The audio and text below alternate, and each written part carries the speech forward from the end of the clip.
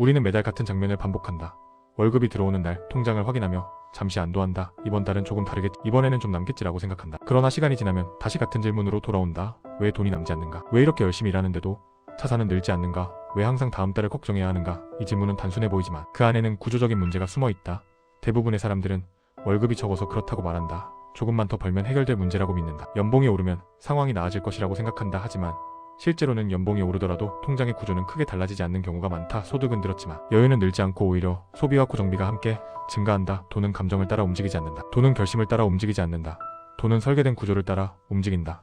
우리가 어떤 시스템 안에 있는지에 따라 결과는 반복된다. 구조가 바뀌지 않으면 결과도 바뀌지 않는다. 월급이 들어오는 순간을 천천히 따라가 보자. 월급이 입금되는 날 우리는 돈을 가진 사람처럼 느낀다. 하지만 그 돈은 우리 통장에 오래 머물지 않는다. 이미 설정된 자동이체가 기다리고 있다. 월세나 전세 대출 상환금이 빠져나가고 보험료가 출금되고 통신비와 각종 구독 서비스가 차례로 빠져나간다.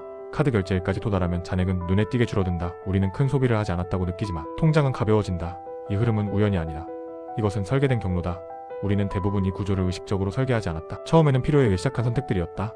직장을 얻으며 가입한 보험 하나, 편리함 때문에 시작한 구독 서비스 하나, 생활을 유지하기 위해 선택한 대출 하나. 이런 선택들이 쌓이며 구조가 형성되었다. 시간이 지나면서 그것은 고정비가 되었고 고정비는 자동으로 돈을 흡수하는 장치가 되었다. 첫 번째 구조는 고정비의 확장이다. 고정비는 매달 반복적으로 빠져나가는 비용이다. 월세, 관리비, 통신비, 보험료, 차량 유지비, 교육비, 대출 상환금, 구독료 등이다. 고정비의 가장 큰 특징은 반복성과 관성이다. 한번 설정되면 쉽게 줄어들지 않는다. 소득이 늘어나면 우리는 자연스럽게 생활 수준을 올린다. 더 좋은 집, 더 큰 차, 더 다양한 서비스, 더 높은 요금제. 이것은 자연스러운 선택처럼 보이지만 구조를 무겁게 만든다. 고정비가 커질수록 월급이 들어오는 순간 이미 사용할 수 있는 금액은 줄어든다. 우리는 더 벌지만 더 자유롭지 않다. 이것이 고정비 구조의 본질이다. 두 번째 구조는 소비의 자동화다. 현대의 소비 환경은 빠르고 간편하다. 클릭 한 번으로 결제가 이루어지고 카드 정보는 저장되어 있으며 배송은 다음날 도착한다. 우리는 편리함을 선택한다. 그러나 그 편리함은 소비 장벽을 낮춘다. 카드 결제는 소비의 고통을 지연시킨다. 통장에서 즉시 빠져나가지 않기 때문에 실제 지출을 체감하지 못한다. 할부는 부담을 나눠주는 것처럼 보이지만 사실은 미래의 현금 흐름을 예약하는 장치다. 소비는 반복되며 습관이 되고 습관은 구조가 된다. 구조는 월급이 들어오는 순간 돈을 흡수한다. 세 번째 구조는 단일 소득 의존이다. 대부분의 사람들은 월급 하나에 모든 생활을 연결한다. 이 구조는 겉으로는 안정적으로 보이지만 실제로는 매우 취약하다. 예상치 못한 의료비, 차량, 수리비, 가족 행사 비용이 발생하면 현금 흐름은 즉시 흔들린다. 소득원이 하나뿐이면 작은 변수에도 전체 시스템이 불안정해진다. 소득원이 둘 이상이면 상황은 달라진다. 한쪽이 줄어들어도 다른 쪽이 버틸 수 있다. 이것은 단순히 돈을 더 버는 문제가 아니라 리스크를 분산하는 문제다. 구조가 단선적이면 위험은 집중된다. 네 번째 구조는 빚의 순환이다. 대출과 카드 할부는 미래의 소득을 현재로 끌어오는 방식이다. 우리는 미래의 나에게서 돈을 빌려 현재를 소비한다. 매달 빠져나가는 원리금은 선택이 아니라 의무다. 미래의 현금 흐름은 이미 정해져 있다. 소득이 늘어나도 구조가 바뀌지 않으면 빚은 줄어들지 않는다. 오히려 소비 규모가 함께 증가한다. 연봉이 오르면 더 좋은 집을 선택하고 더 큰 소비를 한다. 구조는 그대로인데 규모만 커진다. 결과는 반복된다. 다섯 번째 구조는 저축의 순서다. 대부분의 사람들은 소비를 먼저 하고 남은 돈을 저축하려 한다. 그러나 남는 돈은 거의 없다. 자산이 쌓이는 사람들은 순서를 바꾼다. 소득이 들어오면 먼저 일정 비율을 저축과 투자로 배분한다. 그리고 남은 돈으로 생활한다. 순서의 차이는 결과의 차이를 만든다. 이제 우리는 세 가지 가상의 사례를 통해 구조의 차이를 살펴볼 수 있다. 첫 번째 인물은 월급을 받는 즉시 소비 계획을 세우고 남는 돈을 저축하려 한다. 두 번째 인물은 월급이 들어오면 자동으로 일정 비율을 저축 계좌로 이동시키고 남은 돈으로 소비한다. 세 번째 인물은 월급 외에 작은 부업 소득을 추가로 가지고 있다. 이제 해결을 정리해보자. 첫 번째 단계는 가시화다. 한 달 동안 들어오고 나가는 모든 돈을 기록해야 한다. 기록은 불편하지만 구조를 보게 해준다. 두 번째 단계는 고정비 점검이다. 모든 반복 지출을 목록으로 작성하고 줄일 수 있는 부분을 찾는다. 세 번째 단계는 자동화다. 월급이 들어오는 즉시 일정 금액을 자동으로 이동시킨다. 네 번째 단계는 소득 타변화다. 작은 부업이라도 구조를 안정시킨다. 다섯 번째 단계는 소비 기준 설정이다. 지출 전 질문한다. 이 소비는 나의 현금 흐름을 강화하는가 약화시키는가? 결국 월급이 남지 않는 이유는 단순하지 않다.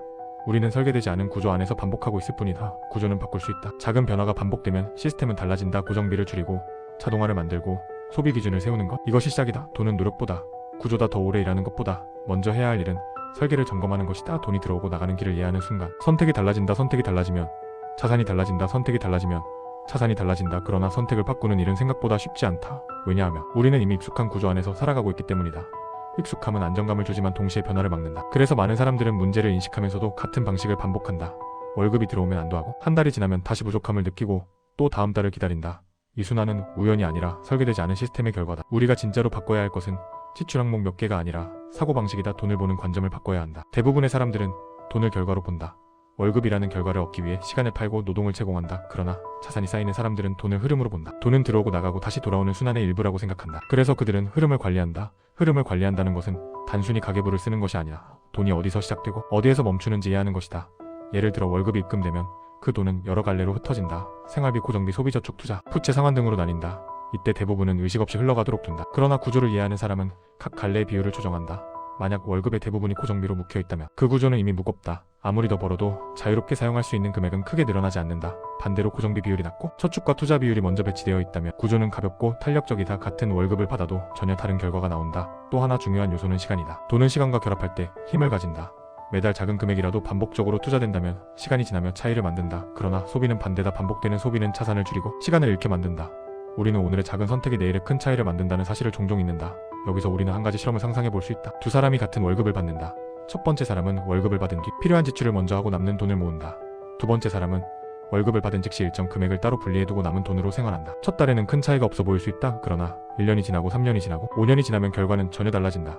첫 번째 사람은 항상 조금 부족하다고 느끼며 다음 인상을 기다린다. 두 번째 사람은 점점 자산이 쌓이며 선택지가 늘어난다. 이 차이는 재능의 차이도 아니고 운의 차이도 아니다. 구조의 차이다. 돈의 구조를 이해하려면 현금 흐름을 시각적으로 그려보는 것이 도움이 된다. 한 장의 종이에 월급을 적고 그 돈이 어디로 이동하는지 화살표로 표시해보라. 고정비로 가는 화살표, 소비로 가는 화살표, 저축으로 가는 화살표, 투자로 가는 화살표를 그려보라. 그러면 현재의 구조가 눈에 보인다. 눈에 보이면 바꿀 수 있다. 보이지 않으면 반복된다. 이것이 가시화의 힘이다.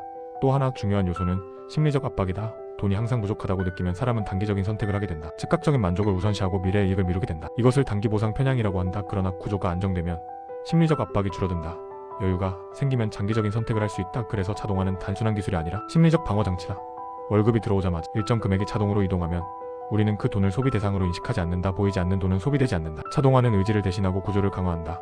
또한 소득의 타변화는 단순히 추가 수입을 의미하지 않는다. 그것은 선택권의 확장이다. 소득원이 2개 이상이면 우리는 직장에서의 불안에 덜 휘둘린다. 불안이 줄어들면 불필요한 소비도 줄어든다. 안정감은 판단력을 높인다. 판단력이 높아지면 더 나은 재정적 선택을 하게 된다. 돈이 남지 않는 사람들의 공통점은 더 많이 벌기 위해 더 많이 일하려 한다는 점이다. 물론 소득을 늘리는 것은 중요하다. 그러나 구조가 그대로라면 소득 증가는 지출 증가로 이어질 가능성이 높다. 이것을 소득 상승에 따른 소비 확대라고 한다. 구조를 바꾸지 않고 소득만 늘리면 결과는 반복된다. 반대로 구조를 먼저 바꾸고 소득을 늘리면 효과는 배가 된다. 고정비를 정리하고 자동 저축을 설정하고 소비 기준을 세운 뒤 부업이나 투자로 소득을 늘리면 그 소득은 자산으로 전환될 확률이 높아진다. 이 차이는 눈에 잘 보이지 않는다. 그러나 시간이 지나면 극명하게 드러난다.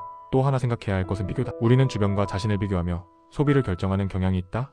누군가는 더 좋은 차를 타고 더 좋은 집에 산다. 우리는 그 모습을 보며 자신도 그렇게 살아야 한다고 느낀다. 그러나 비교는 구조를 무너뜨린다. 타인의 소비 기준을 자신의 구조에 억지로 끼워 넣으면 균형이 깨진다. 자신의 구조에 맞는 기준을 세워야 한다. 남들과 같은 속도로 소비할 필요는 없다.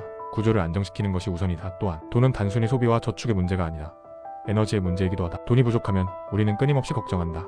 걱정은 집중력을 떨어뜨리고 더 나은 기회를 놓치게 만든다. 반대로 구조가 안정되면 마음이 맑아진다.